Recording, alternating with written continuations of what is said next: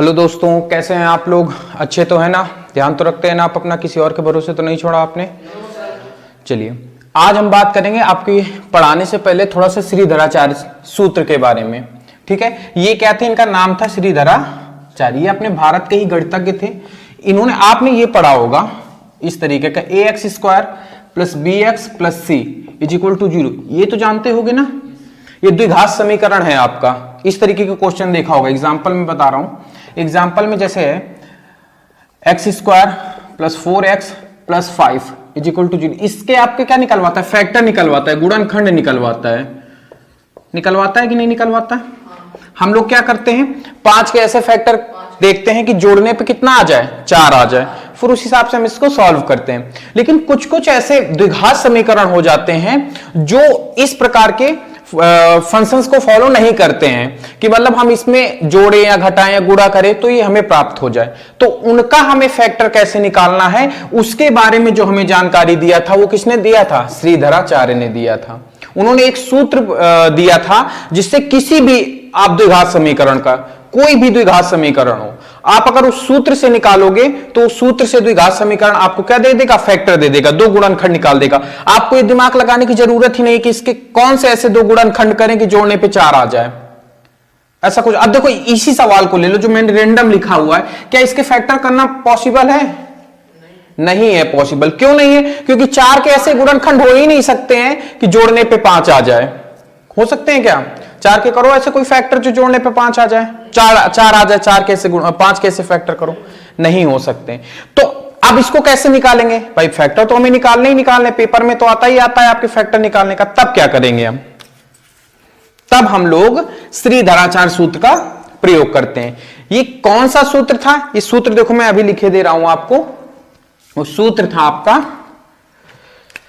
-b plus minus √b² minus 4ac upon 2a। ये इनका क्या है? सूत्र है। अगर आपसे कहे कि भाई अब देखो, ये तो सूत्र एक है कि नहीं? फैक्टर कितने निकल के आते हैं इसके?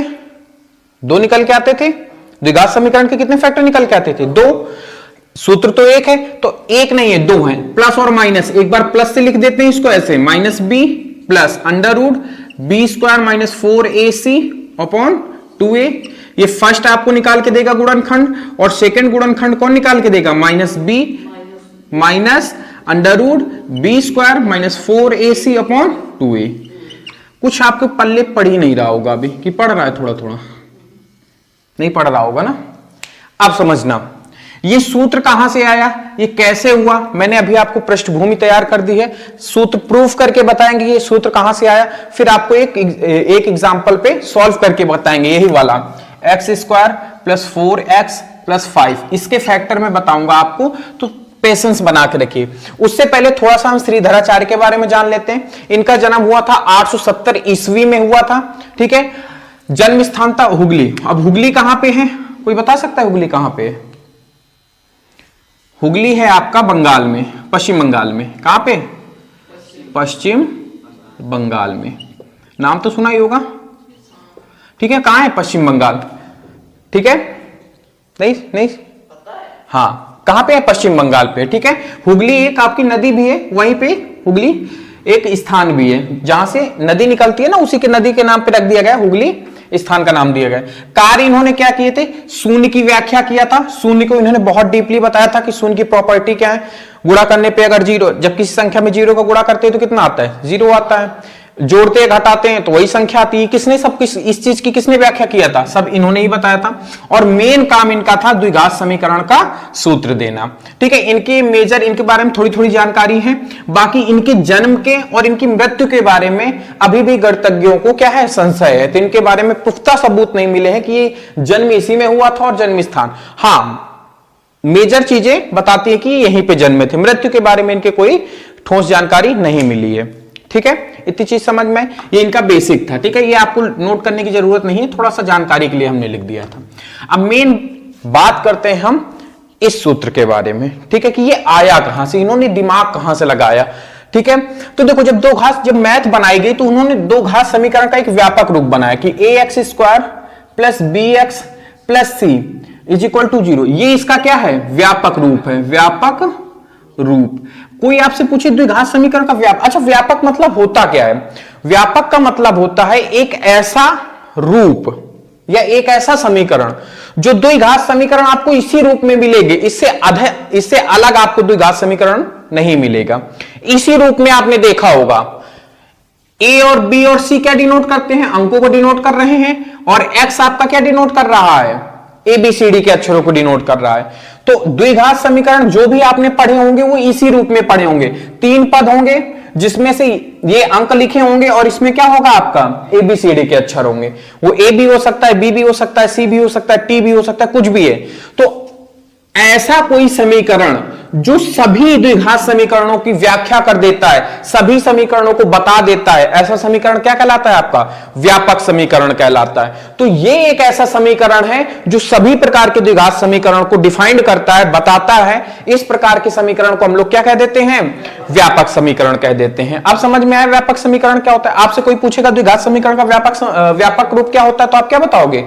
ax² plus bx plus c, यही बताना है आपको, ठीक है? अभी तक आपको नहीं पता था कि व्यापक रूप क्या होता है, अब पता लग गया। चलिए अब बात करते हैं कि इन्होंने थोड़ा सा दिमाग लगाया। इन्होंने क्या किया? दिमाग लगाया कि जैसे अब वो एग्जांपल मैंने लिखा है, अब इसके 5 के ऐसे फैक्टर हो ही नहीं सकते कि जोड़ने पे 4 आ जाए, तब कैसे इनके वर्गमूल, तब इनके गुणनखंड कैसे निकालेंगे? तो इन्होंने थोड़ा सा दिमाग लगाया। देखो है तो द्विघात समीकरण, ये व्यापक रूप है, इसी के रूप में जितने द्विघात समीकरण होंगे इसी के रूप में होंगे। अगर किसी ने इसको सॉल्व कर दिया, इसके अगर क्या निकाल दिए, आपके फैक्टर निकाल दिए, तो किसी ना किसी मतलब हर प्रकार के द्विघात समीकरण फैक्टर निकाल सकता है। तो उन्होंने क्या किया, सोचा जरा सा, उनको एक चीज दिखाई दिया, मेजर जो चीज थी। जब भी किसी चीज का इन्वेंट हो रहा होता है ना, तो वो बेसिक से सोचना चालू करते हैं, ठीक है? देखो हम लोग जो चीज पढ़ रहे हैं ना, वो किसी की बताई हुई चीजों को पढ़ रहे हैं, और सोचो जिसने इन्वेंट किया होगा वो कितना इंटेलिजेंट हो रहा होगा। सोचो जरा सा, हम जो पढ़ रहे हैं, जो बताई हुई चीजें, जो किताब में एक एक एक्सप्लेन है, वो चीज नहीं समझ पाते हैं, वो चीज नहीं समझ पाते हैं। और सोचो जिस इंसान ने पहली बार बताया होगा उसने कितना दिमाग लगाया होगा, ठीक है? तो आइए अब हम इनको समझते हैं कि इन्होंने दिमाग कैसे लगाया। इन्होंने एक चीज को देखा, ये अब, और बीच में क्या है आपका? प्लस है, ठीक है? बात गौर से समझते जाना। इन्होंने x² को पकड़ा, अब इनके दिमाग में बीजगणितीय फॉर्मूले चलने लगे कि स्क्वायर किसमें होता है। तो आपने स्क्वायर के 2 फॉर्मूले पढ़े थे, कौन कौन से? a प्लस बी का होल स्क्वायर क्या होता है? a² plus b² plus 2a। Tension न लो, आज ही इसके बारे में भी बताएंगे कि ये आया कहां से, इसके बारे में कल बताएंगे कि ये कहां से आया। आज आपको बहुत अच्छी अच्छी चीजें सीखने को मिलेंगी इस क्लास में, ठीक है? ये कहां से आया और ये कहां से आया, दोनों चीजें बताएंगे, ठीक है? कल ये बताएंगे, आज ये बताएंगे, ठीक है?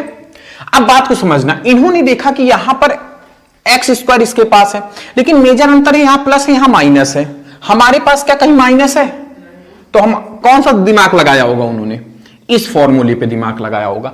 तो बस उन्होंने काम करना चालू कर दिया इस फॉर्मूले में। क्यों इस फॉर्मूले में काम किया? क्योंकि अगर मैं कहीं 3 पद से एक पद बना पा गया, ये एक पद है, एक पद को ही तो विस्तार करके 3 पद में लिखा गया।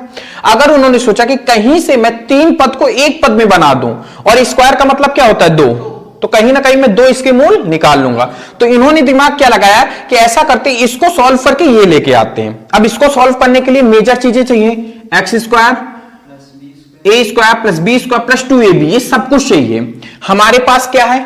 हमारे पास ax है। क्या यहां पे a² के गुणांक में कोई पद है? इसमें है ना ये, तो इसको भगाना पड़ेगा। चलो इसको भगाते हैं। या आपको थोड़ा कंफ्यूज हो रहा होगा, मैं कंफ्यूजन को दूर कर देता हूं। माइनस वाला नहीं लगेगा, इतना तो समझ में आ गया। आप ये वाला लो, x प्लस 1 का होल स्क्वायर क्या होता है? x² प्लस 1 प्लस 2x, यही होता है। फॉर्मूला वही है, मैंने डिजिट चेंज कर दिए क्योंकि यहां पर a था, वहां पर a था, कंफ्यूज ना होते। तो x² के गुणांक में यहां पे कुछ है? नहीं है। यहां पे क्या है? a। इस a को हटाने के लिए हमें क्या करना पड़ेगा? क्या मैं तीनों पक्षों में a से भाग नहीं दे सकता हूं? इस प्रकार से दे सकते हैं। तो a से a कट जाएगा, हमारे पास बचेगा क्या? x² plus bx upon a plus c upon a, यही बचेगा। बराबर 0। अब हमने ऐसा देखो गुणा तो नीचे में किया, मैंने आपको क्या बताया था, मैथ का एक बेसिक नियम होता है, हम मैथ के सवाल में कुछ भी कर सकते हैं पर उसका मेन स्ट्रक्चर चेंज नहीं होना चाहिए। देखो गौर से समझो, हमने इसके माइनस में बटे में ए किया, पूरा चेंज हुआ कि नहीं चेंज हुआ स्ट्रक्चर?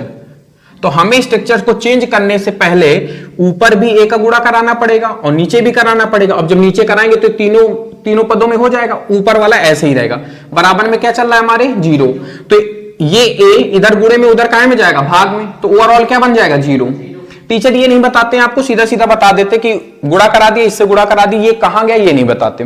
आपको समझ में आया कि ये ए कहां चला गया? भाई हमने देखो गौर से समझो इस बात को बहुत अच्छे से, ये है आपका ax² plus bx plus c बराबर 0। अब हमारे लिए कांटा क्या है? ये a। अब इस a को हमें हटाना है और a को हटाने का केवल एक ही नियम है कि अगर मैं बटे में a कहीं से ले आऊं तो ऊपर नीचे कट जाएगा ये। तो लाने के लिए हम क्या करते हैं, इसमें a का पूरी समीकरण में a का गुणा कराते हैं और a का भाग कराते हैं। इस a को बाहर ही रख के इस a को क्या करा देते हैं, अंदर गुणा करा देते हैं। तो ax² ये सब में बटेगा, प्रसाद है तो सब में बटेगा कि नहीं बटेगा, कि एक ही में बटेगा, केवल सब में बटेगा। अब इस a को गुणा है उधर भेज देते हैं तो क्या हो जाएगा, खत्म हो जाएगा। अब बचा क्या हमारे पास, अब समझना, ये a से a कट जाएगा, क्या बचा x² बचेगा, इधर क्या बचा b/a plus c/a is equal to 0। समझ में आई बात? अब गौर से समझना, x² उन्होंने पा लिया, अब उनके पास 2ab होता है ना, 2a और b, a और b यही होता है।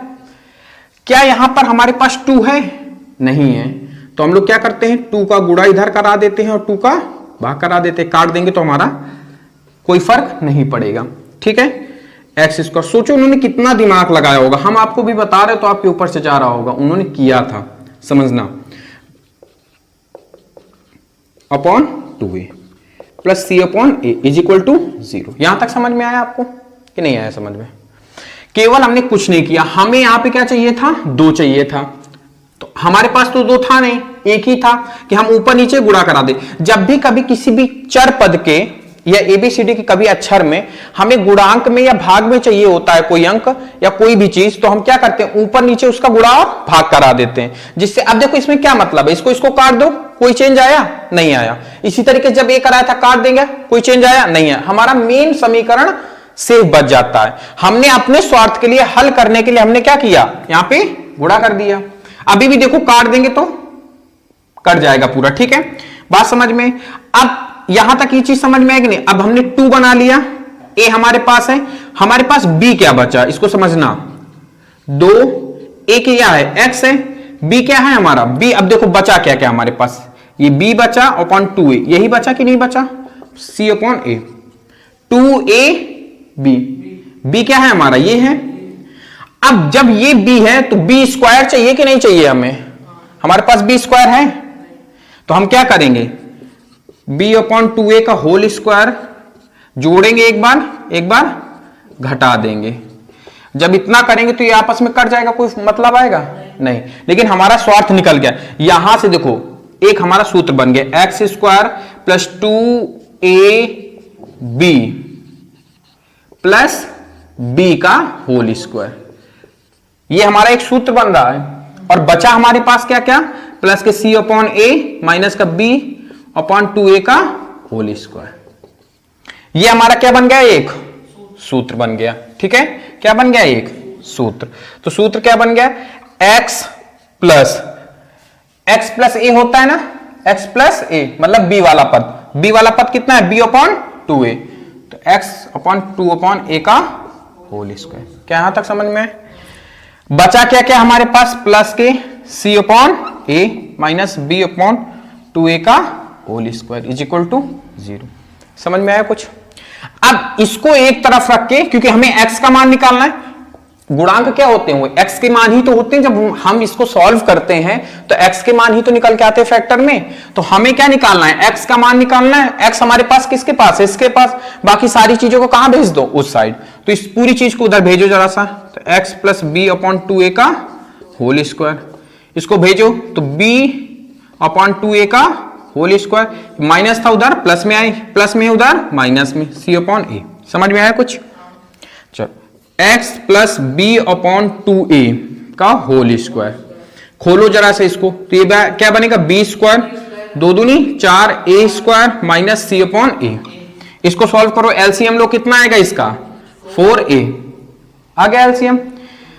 इधर क्या बनेगा b स्क्वायर, इधर क्या बनेगा 4ac, नहीं यहां पे a ही तो है तो 4ac, जब एलसीएम लेंगे, एलसीएम लेने तो आता होगा ना, ठीक है।